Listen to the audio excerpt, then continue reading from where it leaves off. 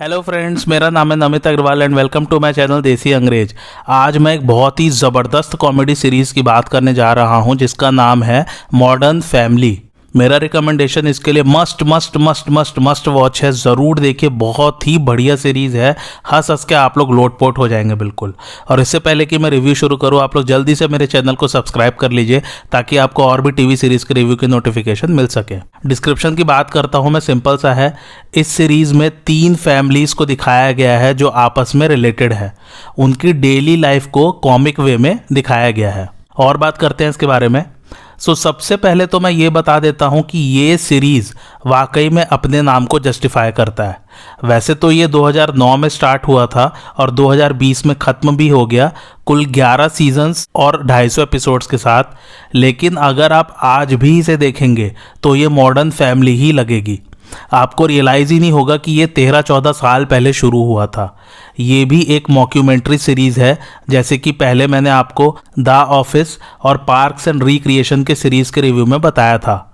Mockumentary क्या होता है ये जानने के लिए आप लोग द ऑफिस वाली सीरीज़ का रिव्यू देख सकते हैं इसी चैनल पर। अच्छा, दूसरी बात, ये पहला ऐसा शो है जो मुझे सही मायने में सिटकॉम यानी कि सिचुएशनल कॉमेडी लगा।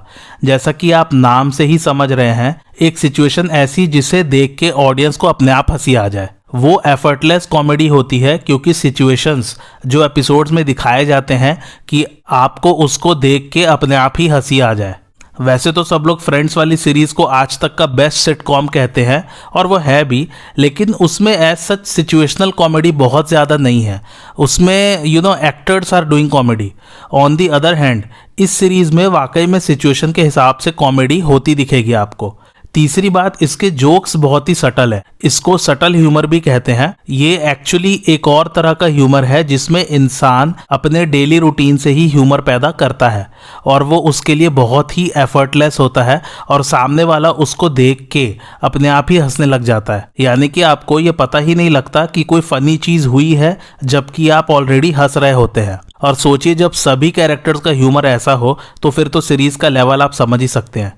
खैर, जितनी भी ये ब्रिलियंट कॉमेडी सीरीज़ है, जैसे कि फ्रेंड्स हो गई, the office, the big bang theory और अब ये मॉडर्न फैमिली, इन सबको आप कंपेयर नहीं कर सकते क्योंकि ये सभी सीरीज़ बिलोंग तो भले ही एक ही जॉनर को करती हैं यानी कि कॉमेडी को, लेकिन सबका कॉमेडी दिखाने का तरीका बहुत ही यूनिक है। मेरे हिसाब से तो इन शोज़ को आपस में कंपेयर करना ही नहीं चाहिए। इस शो के क्रिएटर्स का नाम है क्रिस्टोफर लॉयड और स्टीफन लेवाइटन और ये शो बहुत पॉपुलर और हिट हुआ था लोगों के बीच। इसने ढेर सारे बड़े बड़े अवार्ड्स जीते हैं, जैसे कि एमी और गोल्डन ग्लोब अवार्ड्स, और वो भी बहुत सारी कैटेगरीज में, जैसे कि best comedy series, best actor in a comedy series, best actress in a comedy series वगैरह वगैरह। खैर, अब आते हैं सीरीज़ पर और बात करते हैं कैरेक्टर की। जैसा कि मैंने बताया, इसमें 3 फैमिलीज़ की कहानी है जो आपस में रिलेटेड है। आपको फैमिली ट्री स्क्रीन पर दिख रहा होगा। तो जो मेन फैमिली का हेड है उसका नाम है जे प्रिचेट और उसके 2 बच्चे हैं, एक बेटा और एक बेटी। उनके नाम है क्लेयर प्रिचेट और मिचेल प्रिचेट। तो 3 अलग अलग फैमिलीज इन्हीं की है। एक जे प्रिचेट की फैमिली, दूसरी क्लेयर की और तीसरी मिचेल की। पहले जे की फैमिली की बात करते हैं। जे ने अपनी पहली पत्नी को डिवोर्स दे दिया है और उसने दूसरी शादी की है। वैसे जे प्रिचेट का किरदार निभाया है एड ओ नील ने। जे की दूसरी पत्नी का नाम है इसमें ग्लोरिया डेलगाडो प्रिचेट और उनका किरदार निभाया है सोफिया वर्गरा ने। सोफिया इसी शो से बहुत फेमस हुई है हॉलीवुड में। ग्लोरिया डेलगाडो को इसमें कोलंबियन दिखाया है। वैसे रियल लाइफ में भी सोफिया वर्गरा कोलंबिया से ही बिलोंग करती है। कोलंबिया एक साउथ अमेरिका में देश है। अच्छा, शो में ग्लोरिया ने भी दूसरी शादी की है और ग्लोरिया को अपनी पहली शादी से एक लड़का है जिसका नाम है इसमें मैनुअल डेलगाडो उर्फ मैनी। और शो में बाद में सोफिया और जे का एक और लड़का पैदा होता है जिसका नाम है जोसेफ प्रिचेट उर्फ जो। मैनी का किरदार निभाया है रिको रॉड्रिगेज ने। अच्छा, इसमें दिखाया है कि सोफिया बहुत यंग है एज कंपेयर टू जे प्रिचेट। तो इसमें कई बार ग्लोरिया पर लोग ताना मारते हैं कि उसने पैसों के लिए शादी की है जे से और जे ने ग्लोरिया को यंग देख के उससे शादी की है, जबकि ऐसा कुछ भी नहीं होता है। ये प्रूव बार बार होता रहता है सीरीज़ में भी। और जे को इसमें बहुत अमीर दिखाया है, तो उसकी लाइफस्टाइल भी वैसी ही रहती है। बड़ा सा बंगला है, खूब सारी कारें हैं और किसी भी बात की चिंता नहीं है उसे। मस्त मौला इंसान दिखाया उसे इसमें। उसका क्लोजेट्स यानी कि अलमारियों का बिजनेस है और वो एक बहुत ही सक्सेसफुल बिजनेसमैन है। दूसरी फैमिली आती है क्लेयर की। क्लेयर को इसमें शुरू के कुछ सीजन में हाउसवाइफ दिखाया है, लेकिन फिर कुछ सीजन बाद वो अपने ही फादर यानी कि जे का बिजनेस ज्वाइन कर लेती है और अल्टीमेटली वो उसकी सीईओ भी बन जाती है आगे के सीजन्स में। उसकी शादी फिल डनफी से हुई है। क्लेयर का किरदार जूली बोवन ने निभाया है और फिल डनफी का टाय बरेल ने। फिल एक रियल एस्टेट एजेंट है। रियल एस्टेट एजेंट जैसा कि आप सबको पता ही है मोस्टली घर बेचने के बिजनेस में रहते हैं। जैसा कि मैंने कहा कि जे का किरदार बहुत कूल और रिलैक्स दिखाया गया है इसमें, उसी तरह फिल भी क्लेयर के डैड को देख के कूल और रिलैक्स बनने की कोशिश करता रहता है हमेशा, बट बन नहीं पाता है। तो ये वाले सीन्स बहुत ही हिलेरियस होते हैं। खैर फिल बहुत ही बचकाना सा मैजिशियन है यानी कि जादूगर भी है और फिल समय निकाल के कभी कभी कम्युनिटी कॉलेज में अपने रियल एस्टेट से रिलेटेड टीचिंग भी करता है एज अ प्रोफेसर। क्लेयर और फिल के 3 बच्चे हैं, 2 बेटियां और 1 बेटा।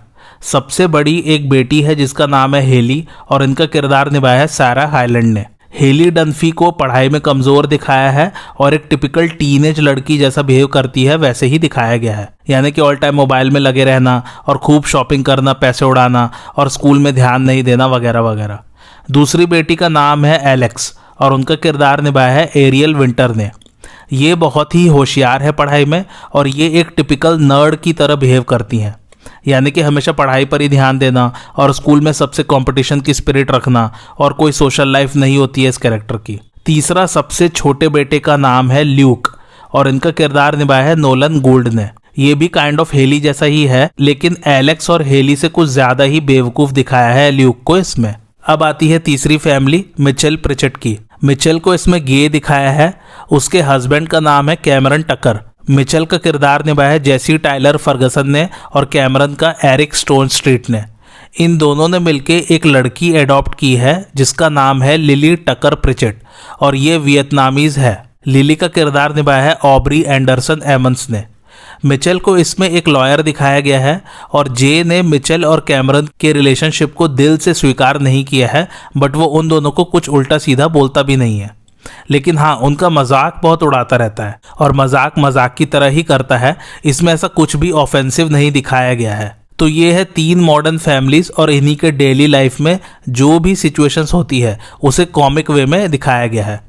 इसमें और भी बहुत सारे रिकरिंग कैरेक्टर्स हैं, जैसे कि कभी कभी ग्लोरिया का पहला पति और जे की पहली पत्नी वो भी आते हैं कुछ एपिसोड्स में, और फिल के फादर का कैरेक्टर वो भी आता रहता है कुछ कुछ एपिसोड्स में, और भी बहुत सारे कैरेक्टर्स आते जाते रहते हैं। प्रोडक्शन की थोड़ी सी बात करते हैं तो एक्चुअली में एक बार इस शो के क्रिएटर्स क्रिस्टोफर लॉयड और स्टीफन लेवाइटन अपनी फैमिलीज की कहानियां एक दूसरे को सुना रहे थे। तब उन्हें लगा कि इस पर एक शो बन सकता है, तो वहीं से इस शो का आइडिया आया। पहले इस शो का नाम माय अमेरिकन फैमिली रखा जाने वाला था और इसमें जो मॉक्यूमेंट्री स्टाइल की शूटिंग दिखाई गई है तो उसमें भी एक एंगल था। वो ये था कि कोई डच फिल्म मेकर शूट कर रहा है मॉक्यूमेंट्री को और वो अपने टीनेज के दिनों में एज एन एक्सचेंज स्टूडेंट प्रिचेट्स के यहाँ रह चुका है। तो उस डच फिल्म मेकर का क्रश है क्लेयर पर और मिचेल का क्रश है डच फिल्म मेकर पर फिर क्रिएटर्स को लगा कि ये वाला एंगल दिखाने की जरूरत नहीं है शो में, तो इसे फिर नहीं दिखाया गया। इस शो को क्रिएटर्स ने 3 नेटवर्क्स को पिच किया था, CBS, NBC और ABC। CBS ने इस शो के लिए सीधा ही मना कर दिया। NBC पर ऑलरेडी द ऑफिस और पार्क्स एंड रिक्रिएशन चल रहे थे और दोनों ही मॉक्यूमेंट्री स्टाइल के थे, इसलिए उसने भी मना कर दिया। ABC नेटवर्क ने एक्सेप्ट कर लिया, तो मॉडर्न फैमिली ABC नेटवर्क पर ही दिखाया गया है और इस शो की प्रोडक्शन कंपनी रही है 20th सेंचुरी फॉक्स। अब ये सुनिए, फर्स्ट सीजन के वक्त जो एडल्ट कास्ट थी उनकी सैलरी थी $30,000 से $90,000 तक पर एपिसोड, और जब ये शो बहुत हिट हो गया तब चौथे सीजन की शुरुआत से पहले कास्ट ने अपनी सैलरी बढ़ाने की बात की 20th सेंचुरी फॉक्स से, लेकिन उन्होंने मना कर दिया।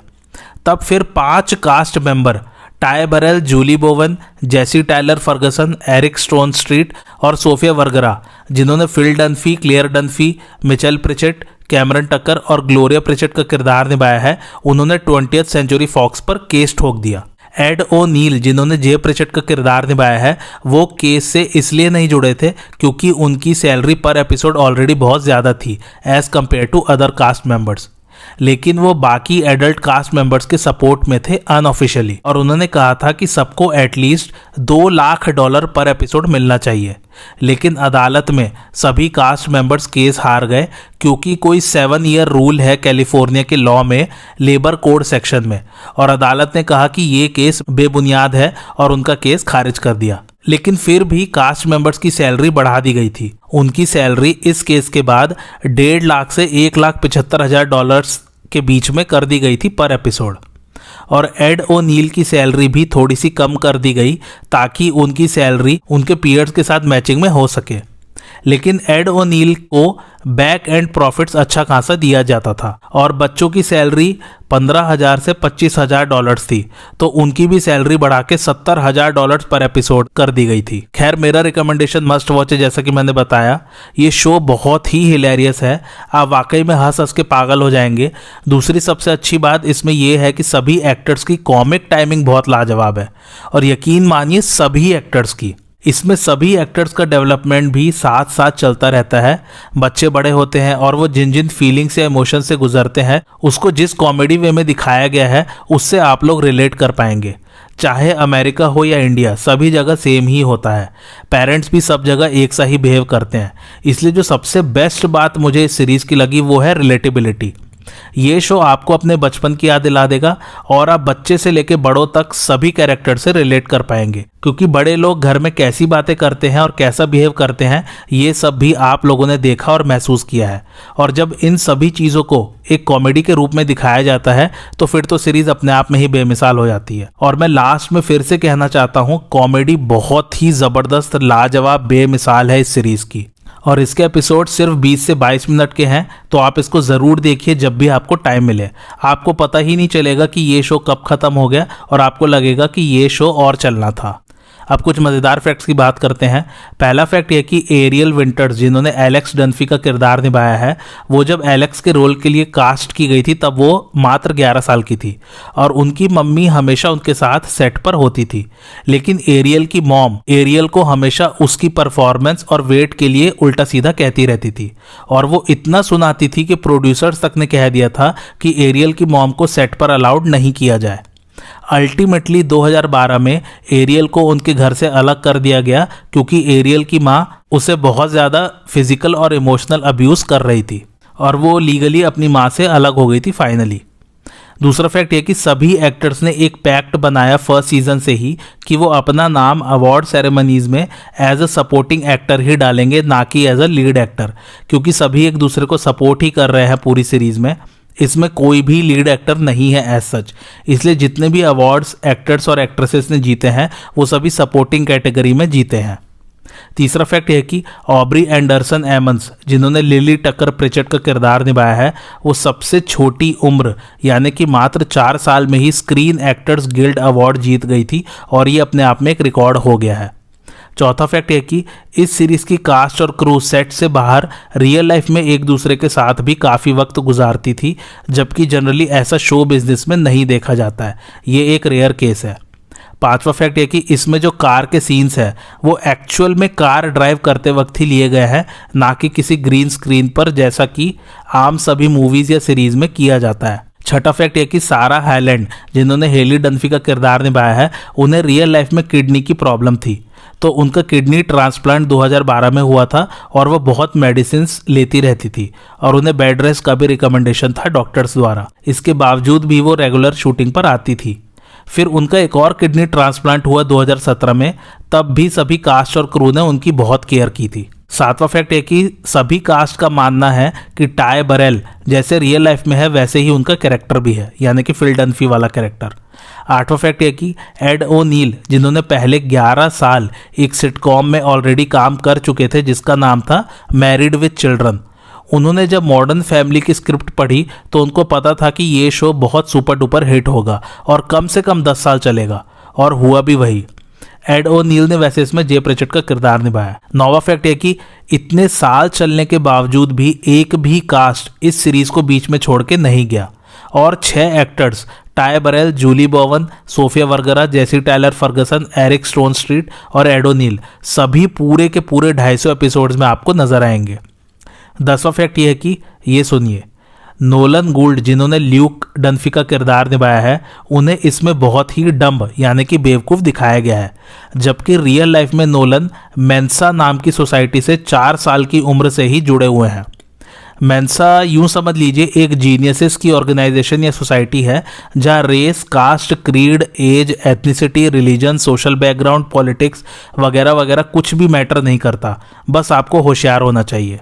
11वां फैक्ट यह कि जिन्होंने भी इसमें पेरेंट्स का किरदार निभाया है, उन्हें हमेशा यही लगता था कि वो अपने बच्चों के साथ ही शूटिंग कर रहे हैं, इतना प्यार था आपस में सभी का। 12वां फैक्ट यह कि सारा हाईलैंड के फियांसे ने जब उन्हें प्रपोज किया था रियल लाइफ में, तो उन्होंने अपने रियल लाइफ पेरेंट्स से पहले टाय बरेल और जूली बोवन को इस बारे में बताया था, यानी कि जो टीवी वाले पेरेंट्स थे उनके। 13वां फैक्ट ये कि टाय बरेल को एज एन एक्टर लेने के लिए एबीसी नेटवर्क वाले मान नहीं रहे थे, क्योंकि उनका कहना था कि वो फिल के रोल के लिए किसी फेमस एक्टर को लेना चाहते हैं। लेकिन फिर क्रिएटर्स ने कहा कि आप एक बार एक सीन देखिए टाय और नोलन के बीच, यानी कि फिल और ल्यूक एक सीन करके दिखाएंगे, और अगर प्रोड्यूसर्स को फिर भी लगा कि टाय नहीं जच रहे हैं तो फिर क्रिएटर्स मान जाएंगे। लेकिन फिर प्रोड्यूसर्स ने वो सीन देखा, तब उनको समझ में आया कि नहीं, टाय ही बेस्ट सूटेड है फिल के रोल के लिए। 14वां फैक्ट ये कि इसमें जितनी भी फैमिलीज दिखाई गई है वो लूजली बेस्ड है क्रिएटर्स की फैमिलीज पर। 15वां फैक्ट यह कि एरियल विंटर, नोलन गूल्ड और रिको रॉड्रिगेज रियल लाइफ में बहुत ही क्लोज फ्रेंड्स है। 16वां फैक्ट यह कि जूली बोवन सारा हाईलैंड और एरियल विंटर के बहुत क्लोज है, इनफैक्ट वो उन्हें अपनी बेटियां ही मानती है रियल लाइफ में भी। 17वां और आखिरी फैक्ट यह कि सोफिया वर्गरा जब स्पेन में रहती थी तो वो एड ओ नील का show married with children Spanish dubbing में देखती थी, लेकिन जब फिर कुछ सालों बाद उनको पता चला कि उन्हें एड ओ नील के अगेंस्ट कास्ट किया जा रहा है तो वो बहुत एक्साइटेड थी, लेकिन बाद में उन्हें पता लगा कि एड को स्पेनिश नहीं आती है रियल लाइफ में। अरे तो भैया स्पेनिश डब था ना शो तो। एनीवेज के IMDb रेटिंग की बात करूं तो वो है 8.5, जिसको रेट किया है लगभग 4,42,000 लोगों ने। मेरा रिकमेंडेशन मैंने बता ही दिया, must must must must must watch है, जरूर देखिए, बहुत ही जबरदस्त शो है, लाजवाब शो है, आप हंसते हंसते पागल हो जाएंगे। और आप रेटिंग भी देख ही रहे हैं, बहुत ही अच्छी है। आपको आज का रिव्यू कैसा लगा मुझे कमेंट करके जरूर बताइए, और मेरे चैनल देसी अंग्रेज को लाइक, शेयर और सब्सक्राइब जरूर कीजिए। Thanks for watching.